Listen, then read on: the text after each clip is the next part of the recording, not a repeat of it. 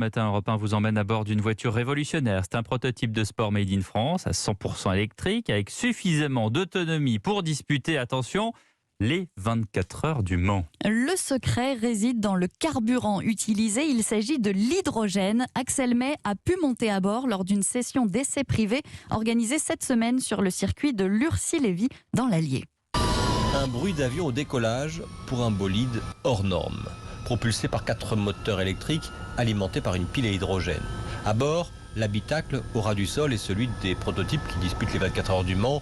Mieux vaut être souple et mince pour se glisser à l'intérieur, pas de superflu, uniquement des boutons, des cadrans et un volant qui ressemble à une console de jeu.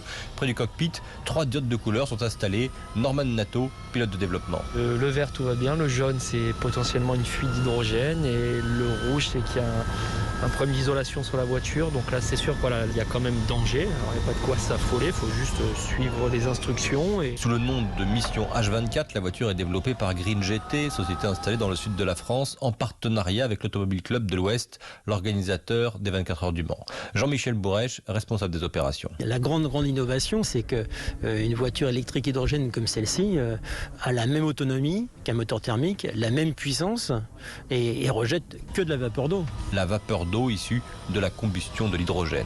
Objectif affiché, que la voiture dispute en 2024 les 24 heures du Mans.